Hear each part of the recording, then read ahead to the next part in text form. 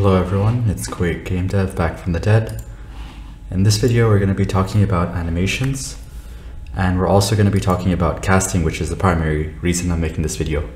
But I just thought it would be interesting to make it within the context of animations, since it is a new system that we haven't tackled before.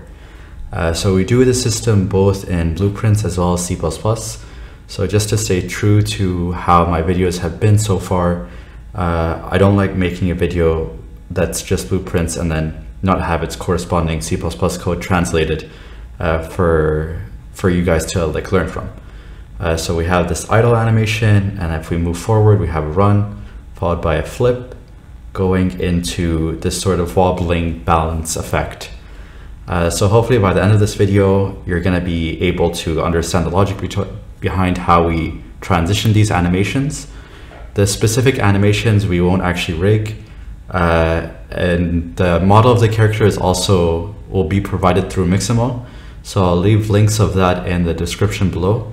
Going forward, I'm just gonna leave all the links for all the assets you need, and that's gonna be in the description below, and I found them through Mixamo. So with that being said, let's get to it. Okay, so with our new open project, you'll see from here the default things that I have is the textures of the characters, which I got from Mixamo, as well as his animations. And I have 4 animations in here: the idle, the running, the flipping, and then the wobbling, which to me is sort of like a balancing, really butchered balancing, but it's close enough. So the way we're gonna outline this video is I'm gonna be going through the animation blueprints first and talking about how we want to structure this. And I'm gonna go to the character. We're gonna write some logic just to expand on just so that we can transition to different animations. So essentially for the first part, for the first portion of the video, I'm just gonna go through the animations, transition to the character, and then back to the animations. And hopefully as we're doing that, we can explain casting as we go. So we're gonna start off with our animations. So within our animation folder, I'll have another folder called Blueprints. So from there, I'm gonna click on that, I'm gonna right click, and then inside of the animation in here, we can click on Animation Blueprint. And we have to pick our skeleton. Don't worry, this is it will get provided to you through the Mixamo model. So we click on our skeleton base and create that. And for the prefix, it's going to be Animation Blueprint, and for short, it's going to be ABV for Animation Blueprint, and then worker character. So this is going to be our animation blueprint for our character. So an animation blueprint contains 2 major things. The first is his event graph in here, which is things we've seen, which is not anything new from what we've seen before with our blueprint scripting videos. But the new thing is this anim graph, which will contain various states of animations that we want to play. So the way that we contain all these states is in a state machine. So if I right click and say new state machine, and I'll name this idle, running or run, flip, then balance. And you can rename a node by just hitting F2 and then clicking on that node, or clicking on the node and hitting F2. So if I double click on my state machine, it will take me to this empty space. And in this empty space, I'm going to define a list of states that I would want in order to play our certain animations. So going into our tester level, in our animation assets, I have 4 animations, and with that logic, I would also need 4 states to correspond to each animation. So if I right click and say new state, or add state, sorry, I have idle first, then I'll have running, then I'll have flip, new state, then I'll have flip, and then I'll have balance. So with these 4 states, I'm first going to start off with idle, which means I'm going to put this entry node into the idle. So we'll play this animation always when it starts this new state machine. And one thing you would also want to do is to make sure that in your anim graph, you have this animation tool connected to the output. That way it would reflect within the specific animation, which means that if I go to my idle animation state machine, if I go into my state machine and go into the idle state, if I double click on that and get my dwarf idle and connect that through, compiling it, it will reflect the animation of the idle state. So going into our animation, so far we have our idle animation, but we would want to transition into our running animation. And the way we're able to accomplish this transition is by looking at the speed of the character. So if I do this arrow in here, you're going to see an accompanying transition arrow. So if I double click on that, in the event that this is true, as in there's some Boolean expression that's evaluating to true in this argument, then trigger the state transition. So the state we want to trigger is in the event that the speed is anything other than 0 or greater than 0, which means our character is moving, and it also suggests that the character is holding the W key. And so to account for this, I'll make this new variable and I'll call it speed. And this is specifically for our animation blueprint that only our animation blueprint contains. So I'll make this a float, and in our animation transition, I'll say if the speed is greater than 0, so greater than, in the event that this is true, then go to the running animation. In the event that it's false, then it's just going to stay within its current state. So I'm going to also do an animation going back. So there's a going from running back to idle, and this will occur in the event that the speed is back to 0, which means the character is not holding the W key. So in here, I'll compile that. And now we have our speed, but right now our speed is at its default value, which is 0, which means it's never going to go back to, or which means it's never going to do a state transition into the running state. And what we can do to fix this is we're going to have to go into our character graph, or we're going to have to create our character. So if I go back to my testing level, I'm going to make a new folder for our character, and I'm going to call this blueprints. And this will just contain the logic that we're using for our blueprints, and also to handle like input events, like when the character is holding the W key. So if I right click and into our blueprint class, and under character, I can say BP underscore worker. So this would be our worker character. So one thing I have to do in here now is to add our bind events. So under project settings, I'm gonna paste that here.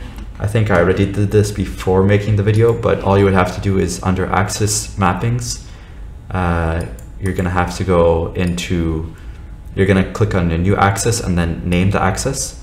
So in my case, I named it move forward, and then I just binded it to the W key. And just to maybe bring back things that we spoken in earlier videos from last year, the axis event is a function that gets called for however long key is pressed. So if I hold down the W key, then it's going to be, this function is going to be called for as long as that W key is held down. So if I copy this name and go into my,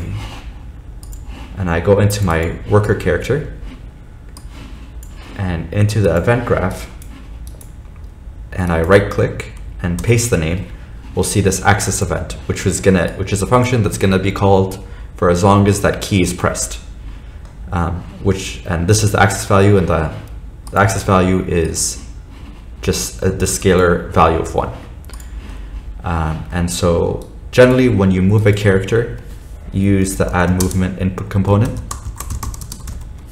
So here, the add movement input, and you connect that in here and connect the scalar quantity to be whatever scalar quantity you defined.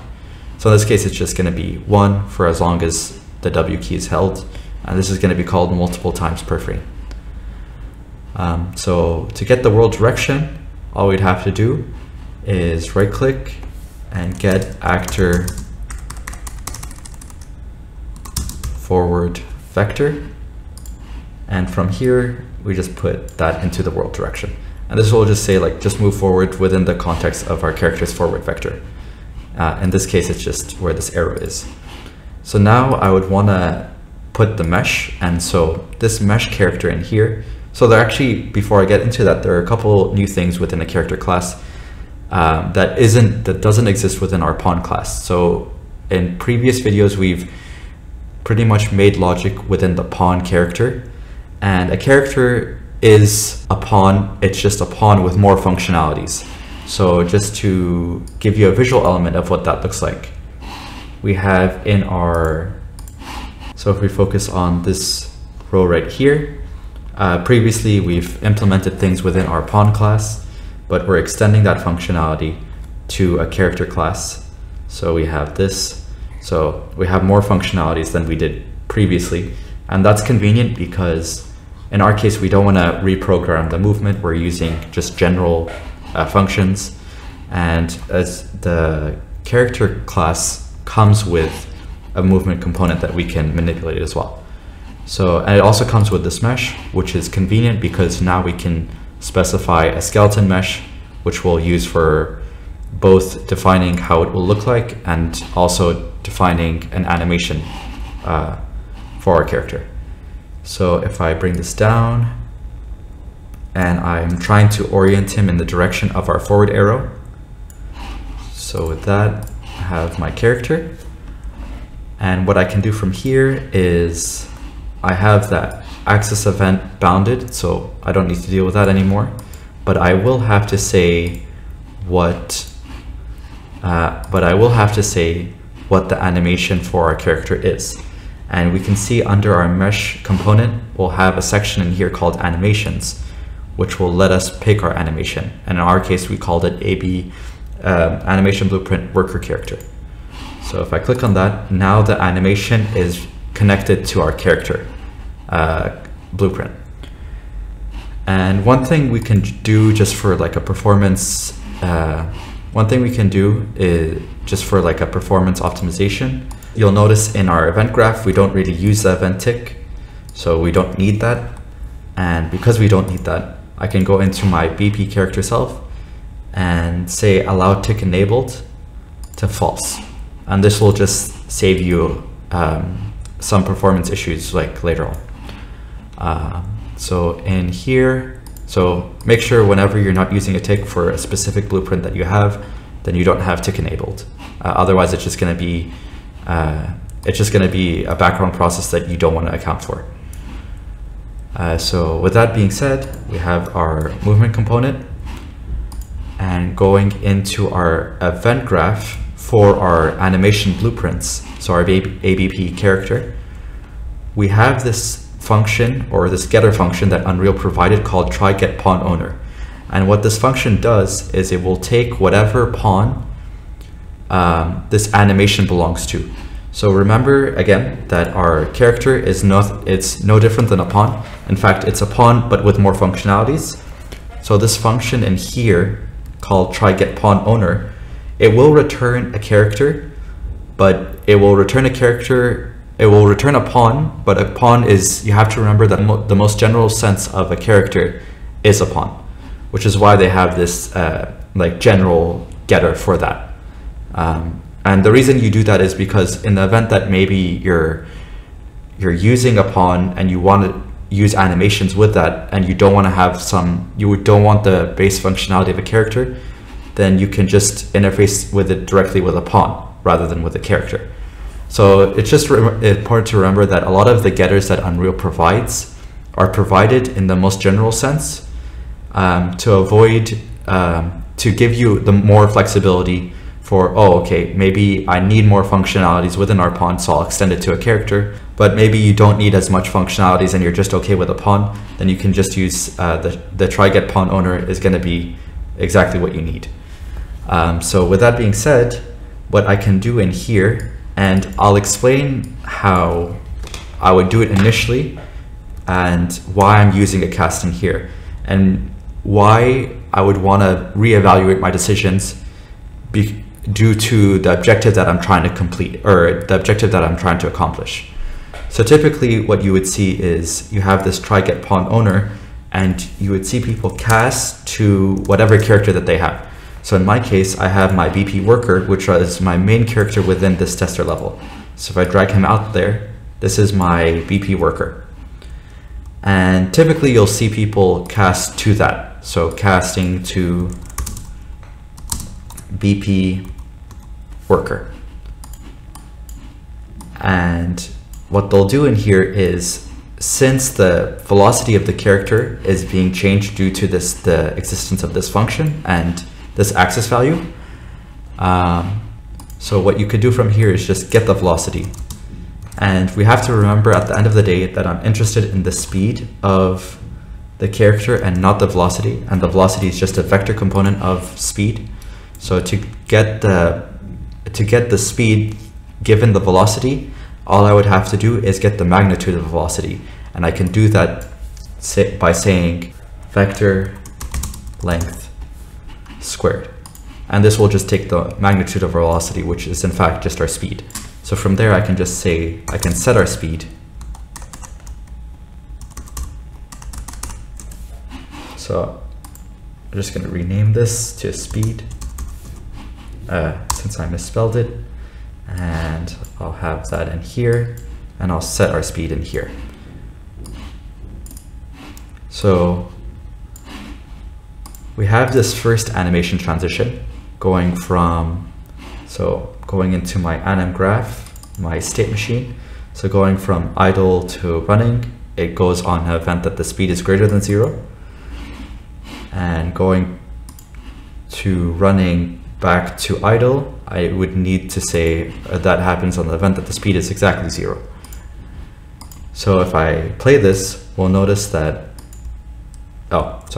I would have to, so now from here, just to possess the character, since I forgot to do that, I would click on the character that I just dragged into the level and search for the topmost component, and in the search bar in the details panel, I'll say auto possession.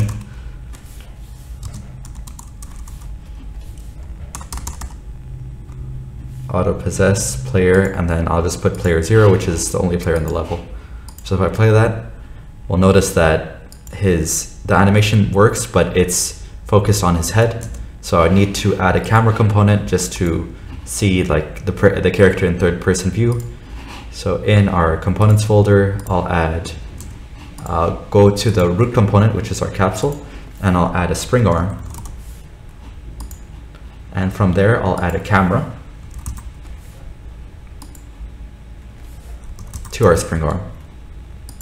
So we have our camera and our spring arm, and I'll just say that the spring arm is 350. I'll just say that the spring arm is 350. And our camera is fine as it is. And so I want to get this upper angle. I don't want to add controller pitch rotation for the camera. I'll have it fixed in this position just to focus on like the main things of this video, which is the casting. So you'll see from here, our camera is taking this high view, and if I hit W, he has his idle animation, which is not right. So we have our idle is working, but then he has this T-pose, and I believe it's because within our animation state machine, under our idle run, I didn't specify an animation within this specific state, which means it will just default to a T-pose. So I'm going to put my running animation, and from here I'll play it again to test it, and we'll see it goes from idle, and then it goes to running, then I stop, it goes to idle again, and then I go again back to running. And this is fine so far, but we have to ask ourselves, is what we did, do we understand what we have done. And so if we go to our animation, the way I was able to get the speed was through this animation blueprint in here in our event graph. And I chose to cast it, and then I chose to get the velocity and get the vector squared and then set the speed. This seems logical for the most part, but why is it that I'm casting in here? And the reason is I actually don't have to cast. And so this brings us to the main point of this video, as to why you would want to cast and when you wouldn't want to cast. You always have to ask yourself before you cast, is the specific functionality that I'm getting through these generic getter functions, are they enough for what I need to accomplish? In this situation, I said this get pawn owner is going to return a character, so I don't want a character because I need something more specific. I need something that's specifically a BP worker. And within our hierarchy in here, what I've essentially said is, oh, I don't need this, I actually need this. And essentially what this worker character contains right now is, if we go to it, it just contains this function, which is our move forward access event. And we notice that's not all that useful for the information that we're currently getting from this cast, which is the velocity. In fact, the velocity isn't something that's specific to our BP worker. It's something that's specific to a pawn. So for that reason, the animation, the pawn that this is returning in here, the functionality we're trying to get is something that's general to it's something that's general to all pawns, and so there is no need for us to cast in here. The reason is because all pawns contain this function that we're calling right here. So the only reason I casted is because it was to get certain information about it, or is to get certain functions coming out of it. The problem is the get velocity isn't specific information that's only contained within our BP worker. It's something that's contained within all our pawn classes. And for that reason, I don't have to cast. In fact, if I got rid of this cast altogether and just take our update event and set it to our speed in here and get our pawn owner and connect that to our velocity, and I test this out, you'll notice that it works all the same. So the major key points about this video, or about casting in general, to understand when you should cast and when you shouldn't, is before every cast, you should ask yourself, is the generic functionality that this getter function returns enough for what I need? In my case, all I needed was a velocity. So the getting a pawn was perfectly fine to accomplish the functionality I was trying to go for. So in a lot of tutorials, they'll do a cast, but it doesn't accomplish anything. If anything, it just adds more complexity. So always ask yourself, is what I'm trying to get, is what I'm returning from, is what I'm calling something that's general enough that I can just use the getter function for that. Another way to reiterate this is, whatever getter function you're calling, does the type it returns contain the information I need? That's like the major key point about casting. So if the getter function contains the information you need, then you don't have to cast. If it doesn't, then you have to cast. So that's why we didn't have to cast in here. And in fact, just having this as it is fine. I could have casted it to a character and it wouldn't change anything. Like, casting this to a character would just be an extra instruction that I didn't have to do. Cast to BP worker. This would have been like an extra instruction that I'm adding to my code that I don't have to add, because at the end of the day, all the data type I need for my get velocity is already contained within my pawn. So I don't need to go down the chain and figure out, oh, okay, maybe it's contained within my character. Oh, maybe it's contained within the blueprint I created that's based off a character. So yeah, just always make sure that with the function you're getting, is it already in the general getter, or is it already contained within what you're calling, which is in this case, it's just going to be try get pawn owner. But yeah, you'll see casting to a character in this case, it doesn't change anything. It still works all the same. but you're just adding this extra layer of instruction that you don't have to. So always ask yourself, is what I'm trying to return, is the instruction I'm trying, or is the data type I'm returning enough for what I need to accomplish? In this case, it is, so that's why I don't have to cast. And we're gonna actually, within our state transitions, we're gonna explore when we need the more information. So in this case, we didn't. So this handles our idle to running back to idle. And so we're gonna move on to the other states in our animation graph, which would be inside our anim graph, which is gonna be our flipping and balancing. So these are generally states I chose to transition from a running animation rather than idle, just because it seems more natural. But you can do whatever you want to with the state transitions. So we have a state transition from running to balance, and then we'll have one from balance back to running, and then I'll have one from flipping to running, and one back from running to flipping. So to go from run to a flip, I would need certain information. I would need some sort of flag to tell me that, hey, there is this obstacle in front of this character, and in the event that this obstacle is in front of this character, then trigger this animation. So at the very end of the day, it's just gonna be a Boolean that evaluates true or false. So we're gonna create a variable within our animation graph, and we're gonna call this variable B is front of flipping obstacle. And I'll just make this a Boolean.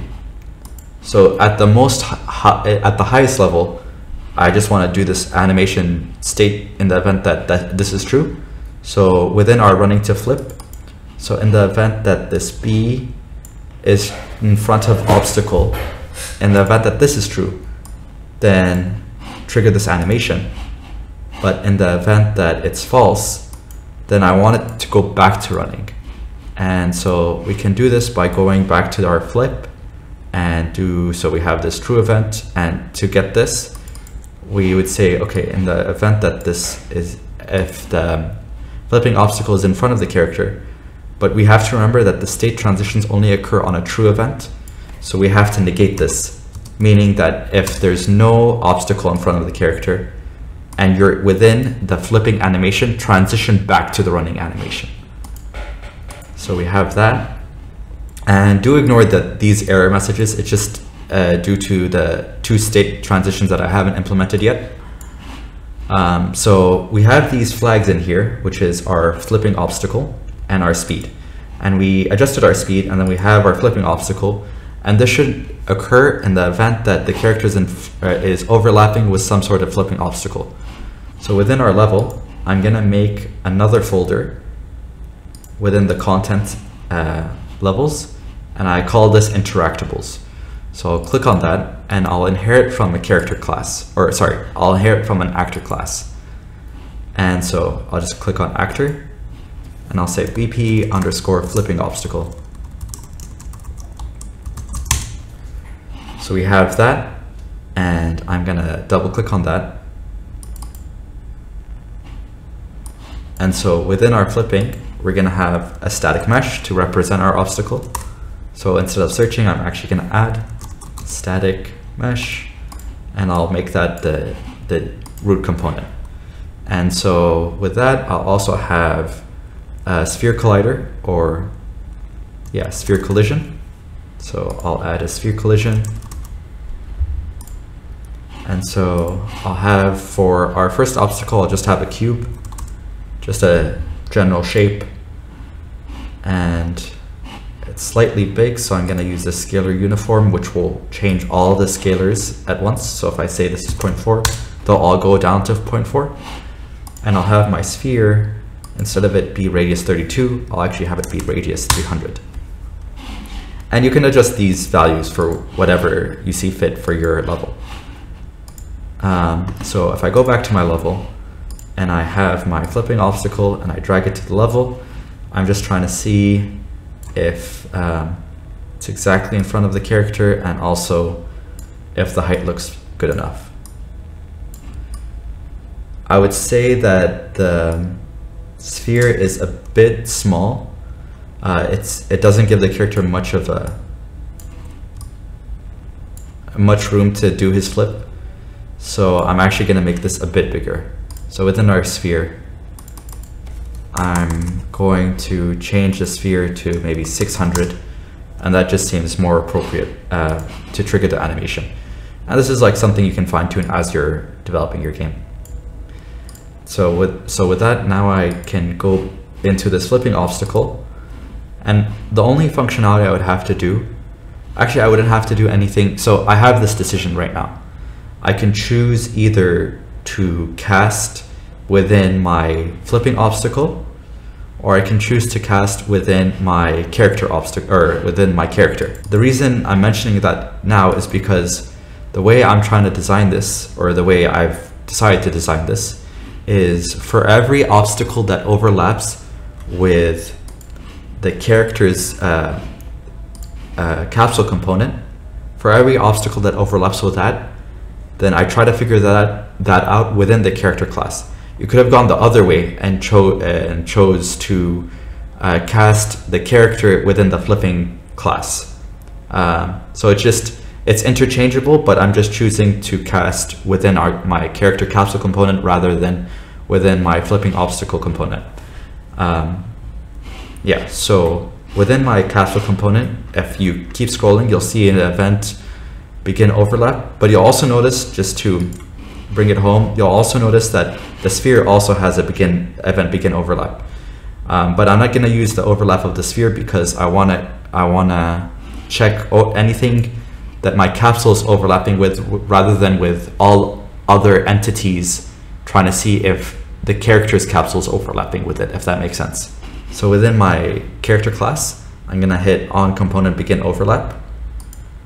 So in the event that an actor is overlapping with it, the reason I'm going to be using casting now is because I have two states. One that's going to represent the character on top of something, a balance ball, and the other state where he's in front of the flipping obstacle. And I need to discern which state he's in front of. And I can do that by looking at what the other actor of this capsule component is. So I'm going to cast to flipping obstacle. And this just confirms, okay, in the event that this cast is successful, then I can proceed with the logic that I'm going to be doing. And what I want to do is I want to get my mesh, and I want to get within my animation graph. I have this B is in front of flipping obstacle. I want to write data into that, and I want to say, okay, if it's overlapping with a character, set this to true. So if I go back to my character, and I don't really need anything specific from an obstacle, so I don't have to drag output node from here. I can just proceed with the if cast is successful. So from here I can say,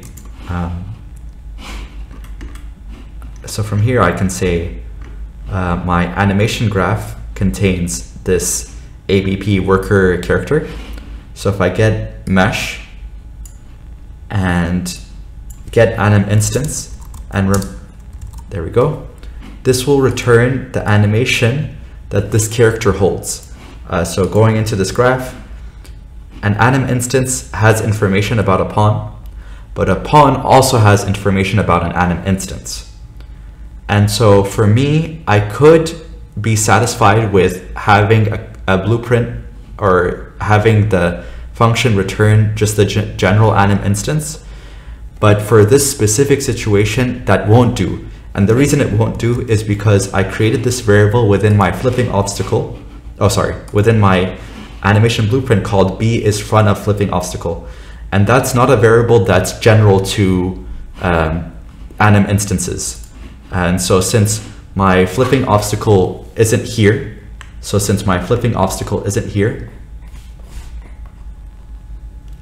or my Boolean is in front of flipping obstacle isn't contained within my anim instance, I have to go down the chain and figure out where it is.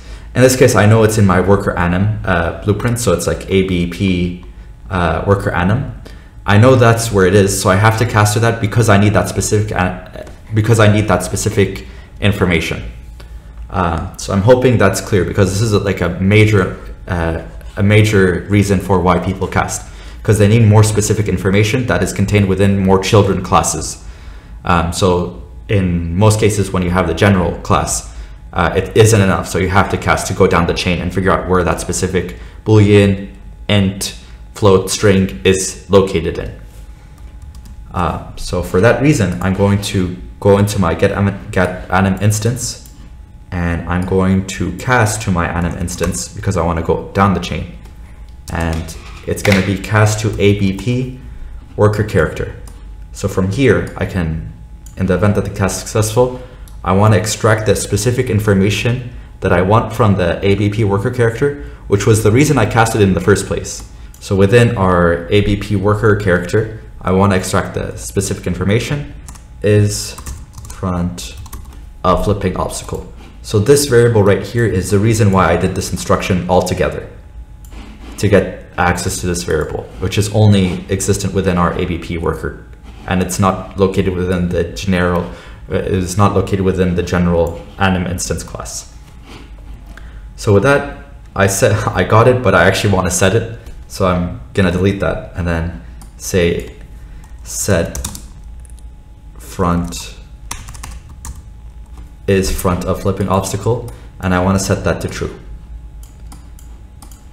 So this will overwrite within our anim in front of obstacle graph for our state transition. And so for that, I'm just going to save that and go to my BP character and go to my state machine. So ABP character, sorry.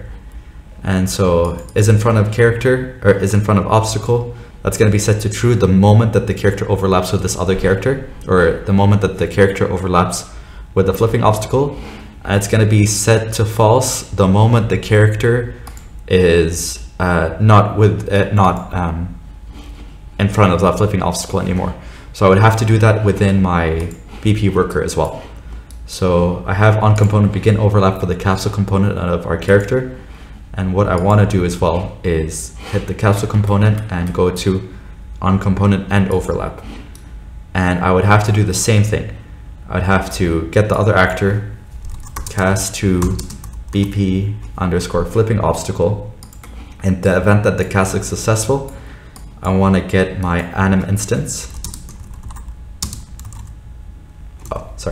In the event that the cast is successful, I'll get my mesh, which contains information about my anim instance. So get anim instance. And from there, I'm going to cast to ABP worker character. And the reason I'm casting is because I want information about the flipping obstacle, and I want to change that information, or I want to write to that information and say that's actually false. So is front of flipping obstacle, set is front of flipping obstacle to false. So with that, I'll go back to my level. I have my block in here. If I hit play and I overlap with it, okay, he goes to a T-pose. And the reason he goes to a T-pose is because I forgot within my character, within my anim graph, I forgot to actually define the asset within our flipping. So if I double click on the state and go to my flipping asset and drag that here and save that. And one other thing too is the static mesh. If I let the static mesh be as is, it's going to collide with the character and it's going to prevent him from going through the cube. And so him flipping over it is sort of an illusion, because his capsule component is going to stop in the event that this static mesh is in front of it, and that's just going to prevent the character from moving forward.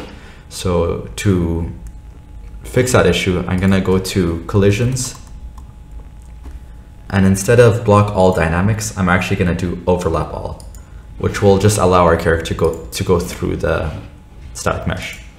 So if, with that being said, if I go through and flip, okay, so our static mesh is block all dynamic.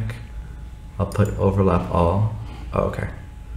Oh, okay. So sometimes when you just do it in the editor, it doesn't overwrite. So I'll go to my blueprints and go to my collision settings for my static mesh for the flipping obstacle and say overlap all. And I'll compile that, save that, and play.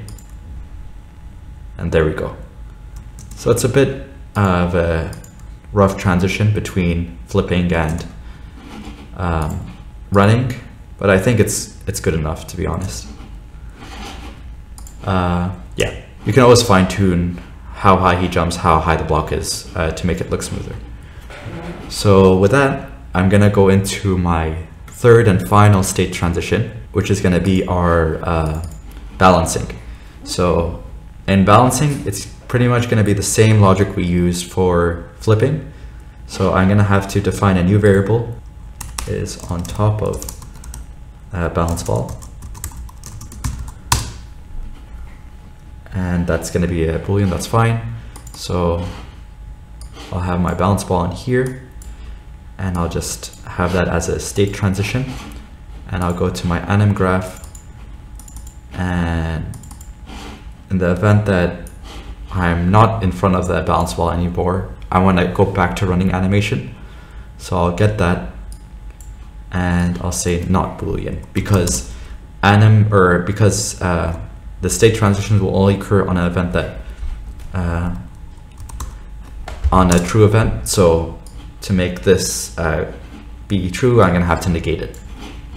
So in the event that the character is not in front of the balance ball anymore, or is not on top of the balance ball, then go back to running animation. So I'm going to go to my interactors folder, or interactables folder. I'm going to make a new actor, and I'm going to call this BP underscore balance ball.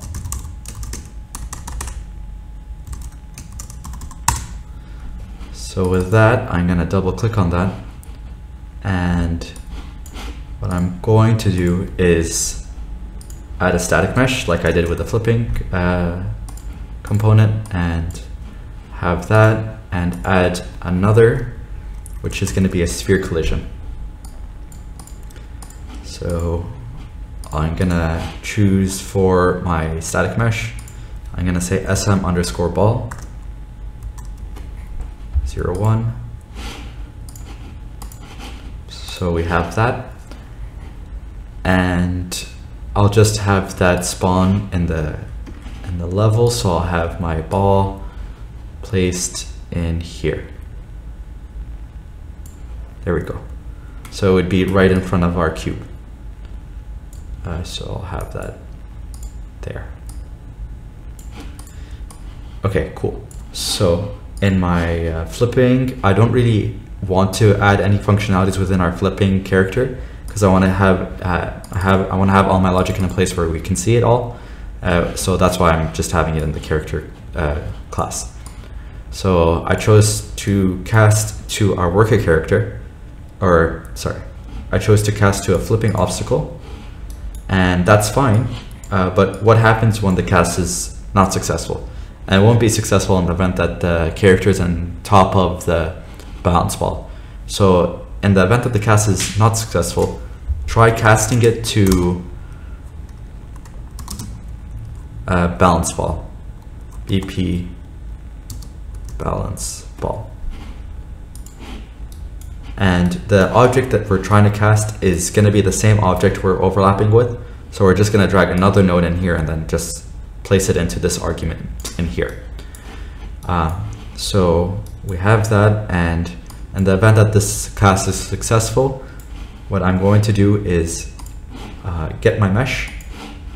So I'm going to get it, and I'm going to get the anim instance.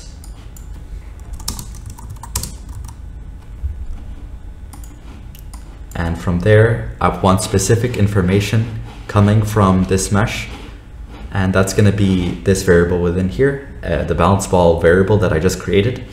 So I'm going to back to my character, and I'm going to cast to BP underscore worker character, ABP, for animation blueprint. And the reason I cast was because I need access to this specific variable, which is B is on top of balance ball. It is on top of balance ball, and I want to set this.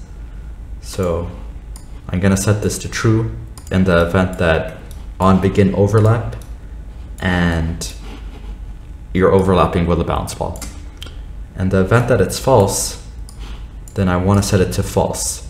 So I'm going to go to on my component and overlap, and I'm going to take the cast failed and try casting it to BP underscore balance ball. And the object is going to be the actor that we're overlapping with on end overlap. And from there, I'm going to get my mesh component, get the anim instance, which is just the general animation class, but I need more information coming from it, which is why I'm trying to cast to it. So cast to ABP worker character. From there, I'm just going to put the cast succeeded in here. And since I don't really need information coming from the balance ball, I don't need to use it. And I'm going to drag from here and say set is in front of balance ball to false in the event that it's end overlap, which is defined in here. So we're going to go into our anim graph. I'm going to my states, and I have my two states is in front of balance ball, or is on top of balance ball, and is on top of balance ball, and like the true and false state.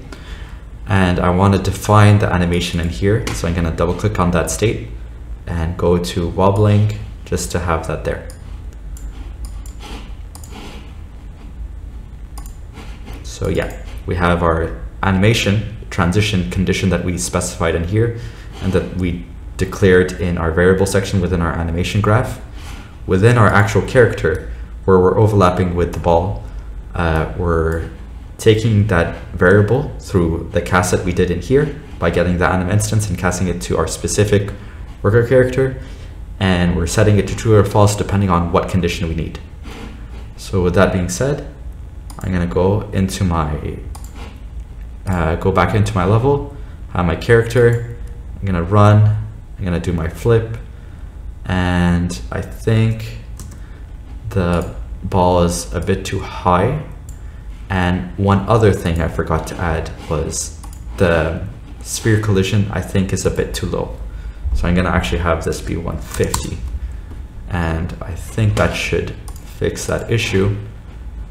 So going into my tester level, there we go. I'll have it like a little bit just so that the character can go on top of it. And so if I run, do my flip, and then I have my animation here triggered. And if I keep moving forward, then I go back to running. So yeah, that concludes the video, at least the blue part, or at least so that concludes the blue part of this video. And now we're gonna move into creating the C++ part and how we can translate the things that we talked about within the blueprint into C++. So I'm mainly using the blueprint section that we covered earlier on, moving forward to create the functionality that we need within C++.